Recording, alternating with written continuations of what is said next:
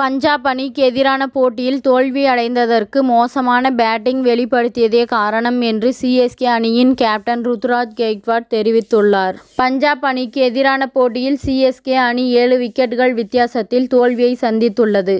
இந்த போட்டியில் முதலில் பேட்டிங் ஆடிய சிஎஸ்கே அணி 20 ஓவர்களில் 7 விக்கெட்டுகள் இழப்பிற்கு 162 ரன்கள் சேர்த்தது. அதிகபட்சமாக ருத்துராஜ் கெய்க்வாட் 62 ரன்களை விளாசினார். இதன் பின் களமிறங்கிய பஞ்சாப் அணி 17.5 ஓவர்களில் 3 விக்கெட்டுகள் இழப்பிற்கு 163 ரன்களை சேர்த்து வெற்றி பெற்றது.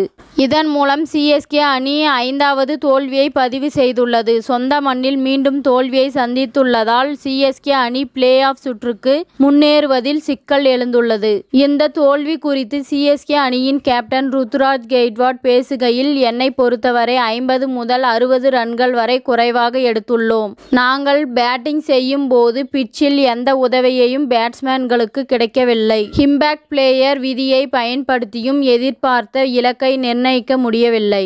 பயிற்சியின் போது டாஸ் வெல்வதற்கு சில பயிற்சிகளை எடுத்துக்கொள்கிறேன். அப்போது என்னால் வெல்ல முடிந்தாலும் போட்டியின் போது வெல்ல முடியவில்லை. அதனை டாஸ் வெல்ல என்ன செய்ய வேண்டும் என்று தெரியவில்லை. நான் பேட்டிங் செய்ய களமிறங்கும் போது கூட இவ்வளவு அழுத்தம் இருந்ததில்லை.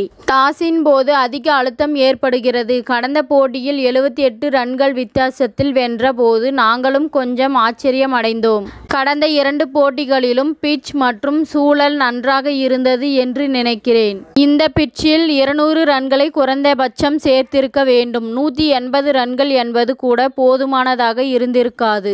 அதேபோல் முக்கியமான வீரர்கள் ஒரே போட்டியின் போது காயமடைவது நிச்சயம் சிக்கலை ஏற்படுத்தியது. போட்டியின் போது சில நேரங்களில் விக்கெட்டை வீழ்த்த வேண்டிய சூழல் ஏற்படும். ஆனால் 2 பவுலர்கள் தான் இருந்தனர். பனிப்பொழிவு வந்த போதே ஸ்பின்னர்களை முழுமையாக பயன்படுத்த முடியாது என்று தெரிந்துவிட்டது. இன்னும் 4 போட்டிகள் மீதமுள்ளது. அதனை வெல்ல முயற்சிப்போம் என்று தெரிவித்துள்ளார்.